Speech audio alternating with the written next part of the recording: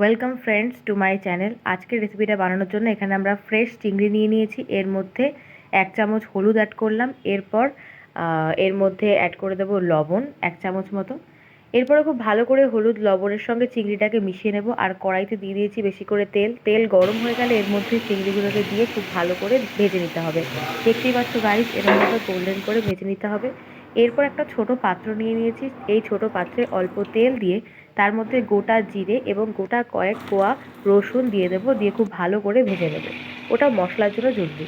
এবারে যে তেলে আমরা চিংড়িটা ভেজে রেখেছিলাম সেই তেলের মধ্যেই দুটো বড় বড় পেঁয়াজ কেটে দিয়ে দিয়েছি। 1 চামচ লবণ অ্যাড করলাম। খুব ভালো করে ভেজে নেব। এর মধ্যে একে একে অ্যাড করব গুঁড়ো মশলা, যেমন জিরে গুঁড়ো, ধনে গুঁড়ো এবং হলুদ গুঁড়ো অ্যাড করে দিলাম। খুব ভালো করে নাড়িয়ে চাড়িয়ে নেব। এর মধ্যে স্বাদের জন্য অ্যাড করে দিচ্ছি 1 চামচ মতন চিনি।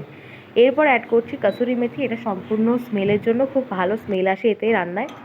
এরপরে দেখতেই পাচ্ছ গাইস, একটা পাত্রে আমি ওই আগে যে রসুন আর গোটা জিরে ভেজে নিয়েছিলাম ওগুলোকে খুব ভালো করে থেতো করে নিচ্ছি। এটাই হলো গিয়ে এই রান্নার একটা স্পেশাল মশলা। এই মশলার মধ্যে দুটো কাঁচা লঙ্কাও অ্যাড করে দিলাম। খুব ভালো করে ওগুলোকে পিষিয়ে নিচ্ছি। এরপর এখানে কড়াইতে আগের থেকে যে পেঁয়াজটা ভেজে রেখেছিলাম সেটা আর এর সঙ্গে আগের থেকে ভেজে রাখা চিংড়ি এবং রসুনের মশলাটা অ্যাড করব।